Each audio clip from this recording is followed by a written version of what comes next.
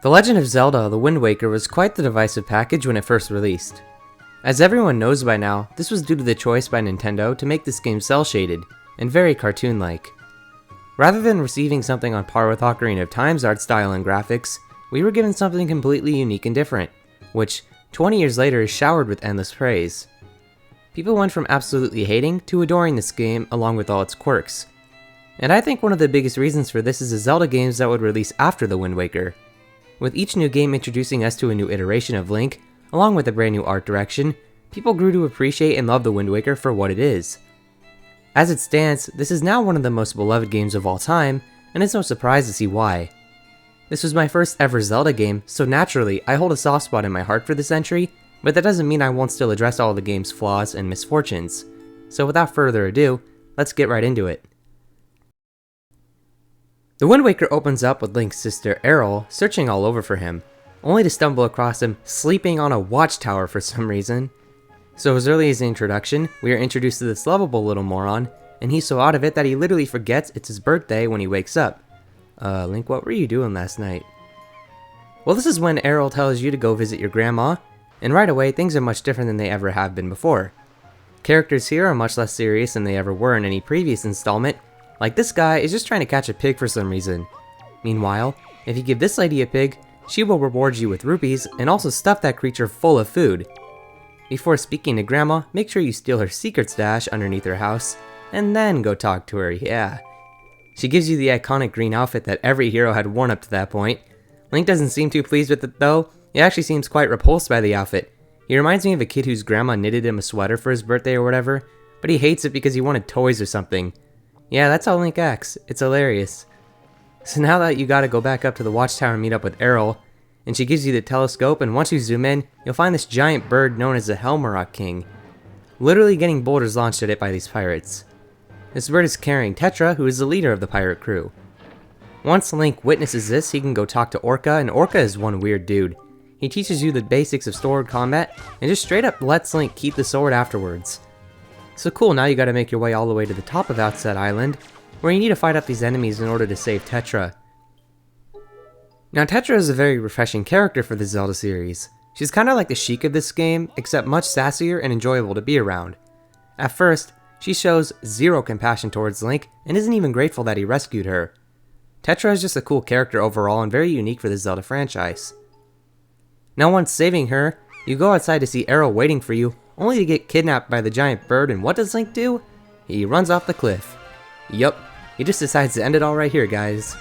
Luckily, Tetra saves Link from being an idiot, and demands that he gets a shield if he wants to travel with them. So you go back to Grandma's house, and she gives you the shield, but she's being super whiny about the whole thing.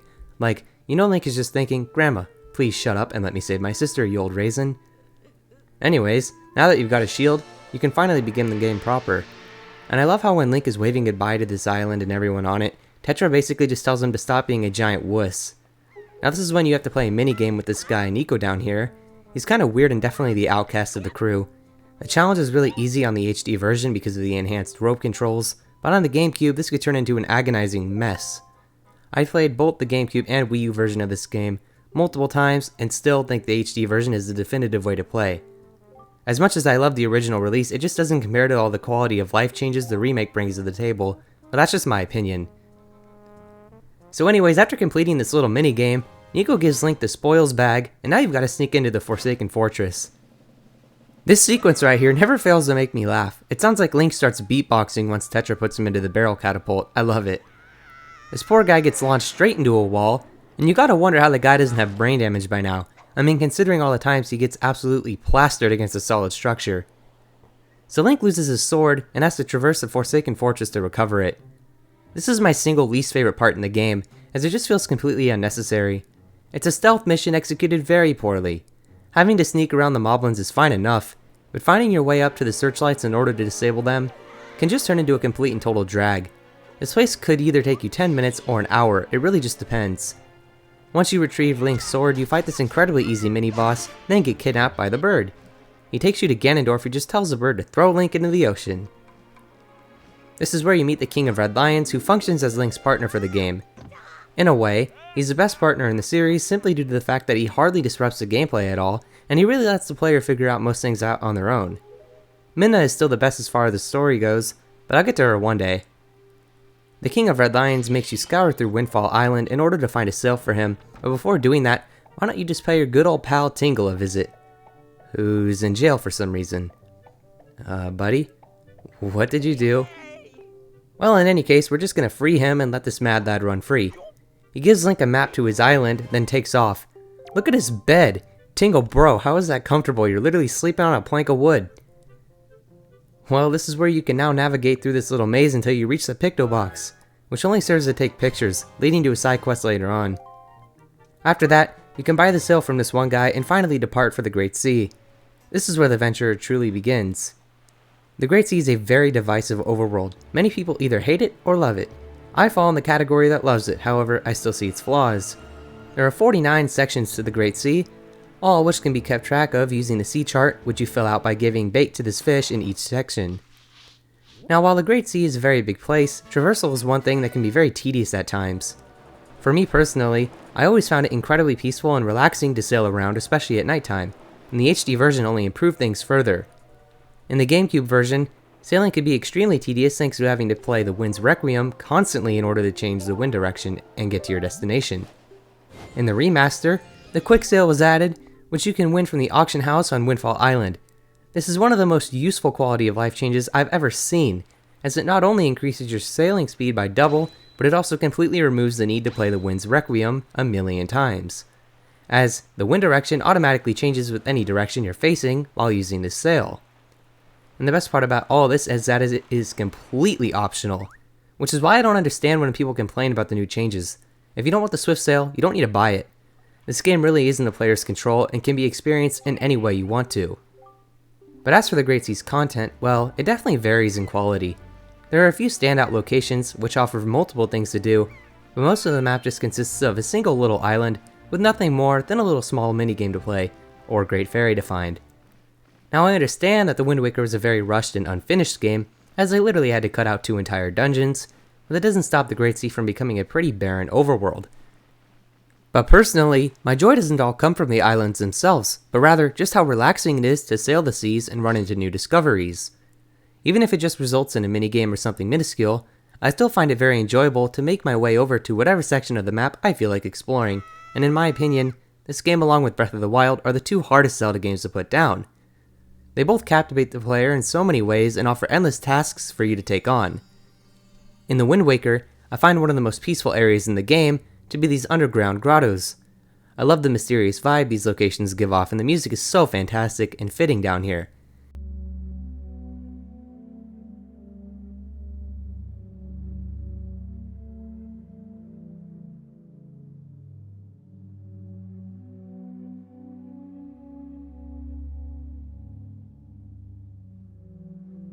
The extensive use of the pan flute really enhances these areas and makes them feel even more surreal.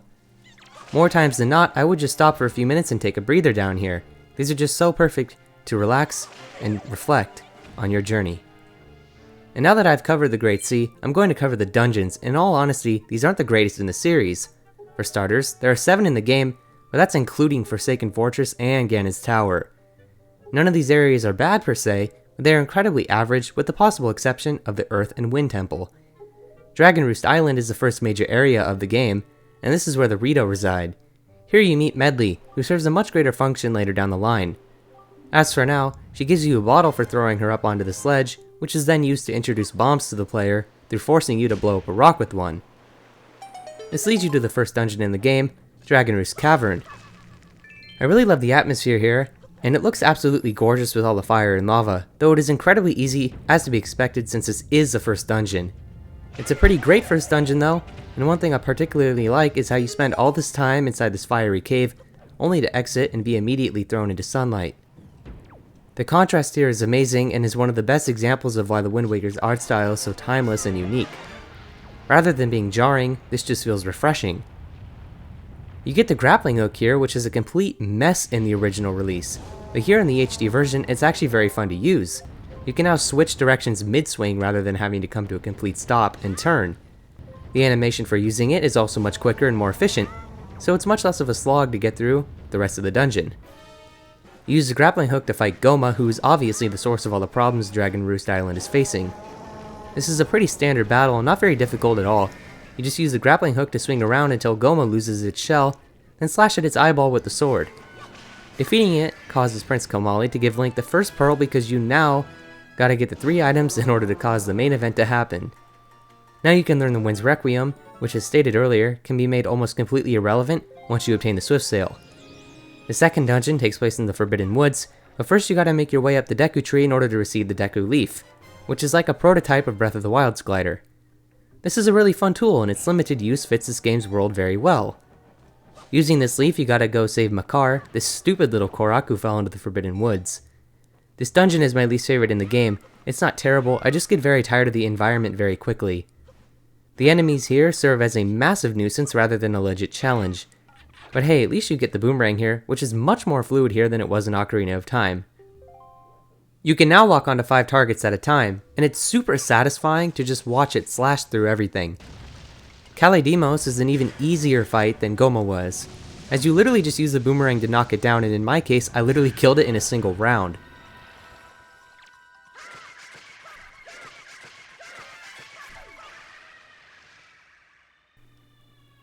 After this, the Great Deku Tree gives Link this pearl, which means you only need 1 more, so you gotta go to Great Fish Isle, only to be told that you gotta sneak onto the pirate ship on Windfall Island, who are currently tying this guy up for selling bombs for too many rupees. This is great because it shows just how these pirates will do anything in order to get what they want. They really do bring great personality to this game that we don't really see anywhere else in the series. Now you gotta sneak onto the ship and play a slightly harder version of the same minigame you played earlier with Nico. He'll give you the bombs, finally. Once finishing the game, but of course Tetra sees you and challenges you to get to Outside Island before they do. So now you get to your home island and blow up these stone slabs only to realize that there is in fact no dungeon here. But you get the pearl from Jaboon anyways. This was no doubt one of the dungeons that Nintendo had to cut in order to meet deadlines, as I'm sure Great Fish Isle would have housed a temple there. In any case, now that you have the 3 pearls, you can finally open up the way to the next dungeon, and I love how Link just goes flying here once placing the last pearl in the statue. This never fails to make me smile a bit every time I play through it, even though I know what's gonna happen. I mean, that scream is just hilarious. But this opens up the Tower of the Gods, which is a pretty solid temple that actually requires a little bit of thinking. You still never end up with more than 1 key, as is the case with every dungeon in the game actually. But you get the bow here, which feels great to use, especially with the new gyro controls. This place mainly focuses on guiding these statues back to their original pedestals, and you do this by using the command melody, which again, works much better this time because in the remake, songs don't repeat back to you once you play them unless it's your first time logging back into the game. So this definitely turns into one of the most unique dungeons due to its gimmick, but the boss fight is pretty fun and climactic. Sure, it's just a face and hands boss from every Zelda game, but this one just feels more important to fight, because defeating it actually opens up the way to the underwater Hyrule Castle. This place is awesome, and I love how all these enemies are frozen until Link pulls out the Master Sword. Speaking of which, now you get the Master Sword, and once claiming it as your own, you get to fight all the unfrozen monsters, which is super exhilarating, and it feels great being able to slaughter all of them with the newfound power of the Master Sword. The part that follows is also pretty great.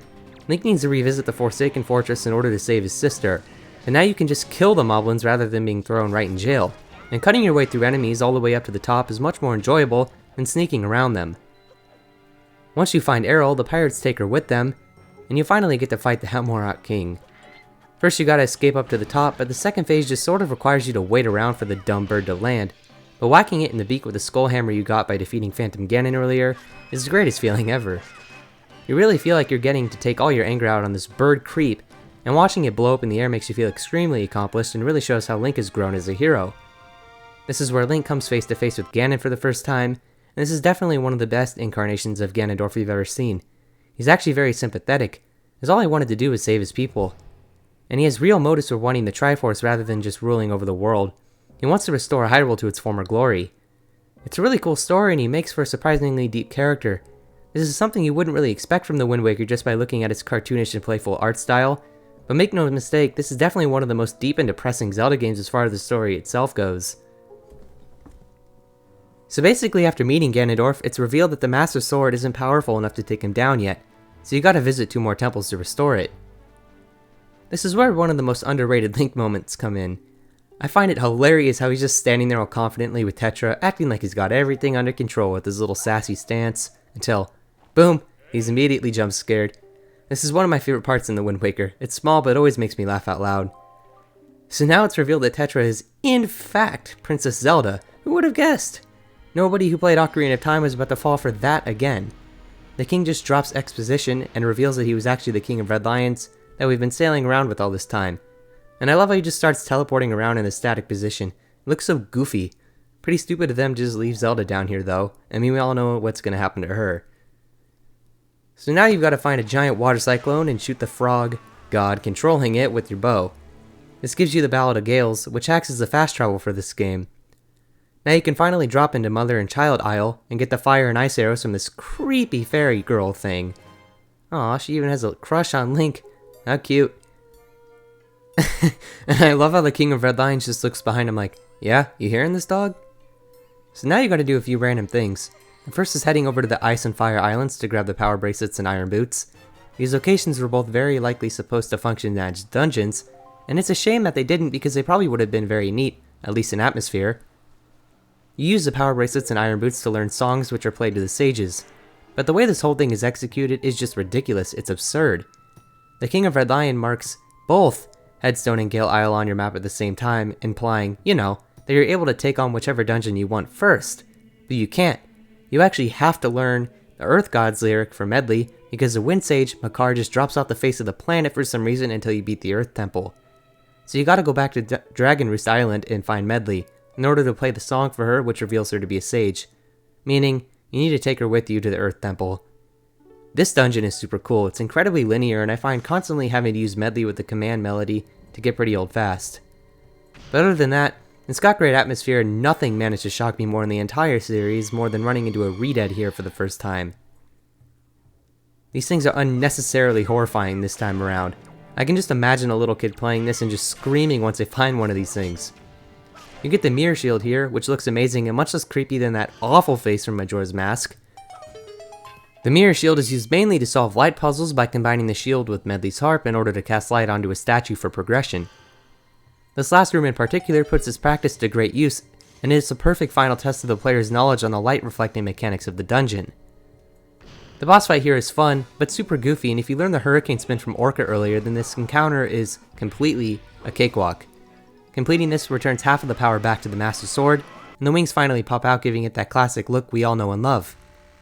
Now you gotta find Makar, who's for some reason hiding inside a waterfall at the Forest Haven. Once playing the song for him, he's revealed as a sage and you can make your way to the Wind Temple. Can I just say, it's very weird how Medley, a literal bird, is the Earth Sage, while Makar, a literal tree creature, is the Wind Sage? What? Gotta love the continuity in this one. The Wind Temple is by far the most complicated dungeon in the game, and the closest to resembling something from Ocarina of Time. It's a good dungeon, but got very tedious very fast because of Makar. Having to use a command melody on him and fly him all the way up to the top of these platforms gets very old, very fast. You get the hook shot here, which is cool because it requires other items to be used in tandem with it in certain cases. For example, here you have to use the iron boots with the hook shot in order to make these statues fall. I also like how you need to use it with Makar's tree in order to progress. This place definitely is very labyrinth-like, and you can certainly get lost without paying attention. The boss here is alright, it's got great music, but it mainly just comes down to trying to hookshot the main enemy, rather than all the little mini creatures. After doing this, Master Sword is finally restored to its full potential, which means you can now take on Ganondorf. Okay, never mind. This starts a very controversial Triforce hunting quest, which I'm gonna be honest, I used to hate, but now love. You see, finding all these shards in the original release requires paying Tingle 3,184 rupees in total. So if you don't have an expanded wallet, well then you're completely screwed. This hunt also got incredibly tedious with the sailing after a while, but the HD version completely fixes this. Now you only need to pay Tingle to decipher 3 of the 8 Triforce maps, as 5 of them were removed and just replaced with the shards themselves, making this much more manageable. I also love how all the quests you're forced to go on in order to find these shards. This is the part of the game where I believe you should really start exploring every island to your heart's content, because now that the hook shot has been obtained, every island is made available and you're free to do whatever you want. This section also highlights the main point of the Wind Waker, which is to take your time and explore. There is no rush here, no timer, and nothing to worry about. Just you and the endless ocean. One thing that bothers me, however, is the ghost ship. This place is awesome and would have been so cool if it was made into a full-fledged dungeon. You hear a bunch of mysterious things about it from the fishmen, but it literally is nothing more than an enemy gauntlet which kicks you out upon obtaining the Triforce.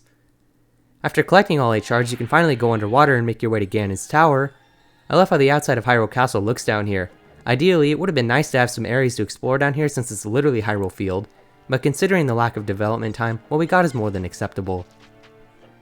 Ganon's tower itself is super underwhelming though, especially considering Ocarina of Time's final dungeon. You literally just fight 4 rehashed bosses from earlier in the game, but after this, Link actually needs to traverse this maze with a clever puzzle. Once defeating Phantom Ganon, you need to watch the hilt of his sword and follow the direction it's facing. However, doing this multiple times gets old since the puzzle never changes. After killing enough of these phantoms, Link finally gets the light arrows, which are absurdly amazing in this game. They literally obliterate any enemy that's not a boss in a single shot. This leads us to the fight with Puppet Ganon, which houses 3 different phases. This is a pretty tough fight actually, and it makes great use of the player's spatial surroundings. The last phase in particular can be difficult because this puppet goes flying around and you can't lock onto it, so it's all about great timing here. Once beating this, you have to fight Ganondorf himself, but before that is this great little section where the player has to climb all the way up to the top of the tower. This is super tense and the atmosphere in this room is unmatched. You really feel like you're about to face the endgame. The fight with Ganondorf is nothing short of stellar. After the King of Hyrule wishes for Hyrule to be flooded, the entire place starts to fill up with water during the fight. This is by far the greatest atmosphere for a final boss in the entire Zelda franchise, with the possible exception of Tears of the Kingdom, since that one is brilliant too. Defeating Ganondorf is unusually violent, as Link literally parries off of him into the air and cuts directly into his skull. This is just another example of the Wind Waker being much more brutal than it seems. The ending is also quite tragic as the king along with the entirety of Hyrule is flooded, leaving only you and Zelda as survivors. The Legend of Zelda: The Wind Waker really is a beautiful game, and though it has its flaws, as time has progressed and we have seen more entries in the Zelda franchise, this game has only aged better and better. It's easy to take things for granted such as The Wind Waker was, and sometimes it takes time to realize that what you've been gifted with is truly special. It's a shame that we will probably never get another home console Zelda game with this incarnation of Link, and this world, because it is genuinely one of the most charming video games to ever exist, and it will continue to age like fine wine through the decades to come. The next Zelda game we'll be looking at is a highly contrasting Twilight Princess, so join me then. Thanks for watching.